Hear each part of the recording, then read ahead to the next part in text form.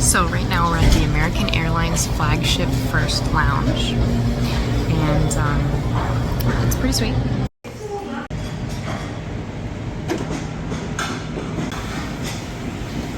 We got some champagne. It is self-serve, which is awesome because you don't have to wait in line.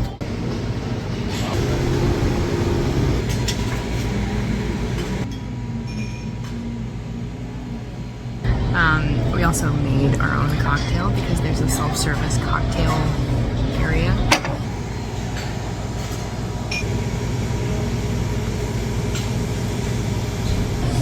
There's a bunch of really good food, kind of more fancy food as far as lounges go.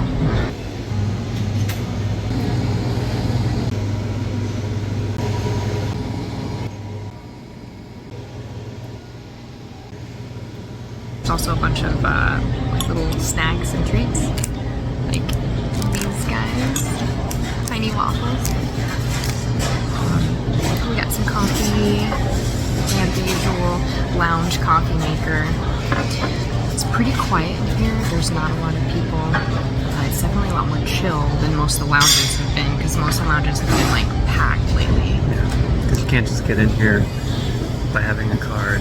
You have to be flying business class or first class in one of the One World Alliance airlines. We're flying business class with Qantas down to Australia, which we booked with points, so super cheap, and yeah, we got to come here for free and get a bunch of fancy food, pork belly and cod and whatever else they got.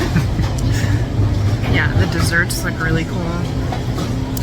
This is definitely an upgrade from the normal like Centurion Lounge, even though those are pretty good. Yeah. But it's nice to do some things different. Very quiet. It's like 80% empty, which is nice. We just stopped in Las Vegas, the Centurion Lounge, which is nice, but we had to wait for a spot, and they called us back when they had room for us to come in. So different. So we are super excited to be going to Australia right now, and we've got a couple hours before our flight. So this one was in a different terminal. We'll have to go through security again in about like an hour to get back to our terminal where we're taking off from, and we might stop by another lounge while we're waiting over there, but we really wanted to come check this one out. So super excited. We've got many more travels to go.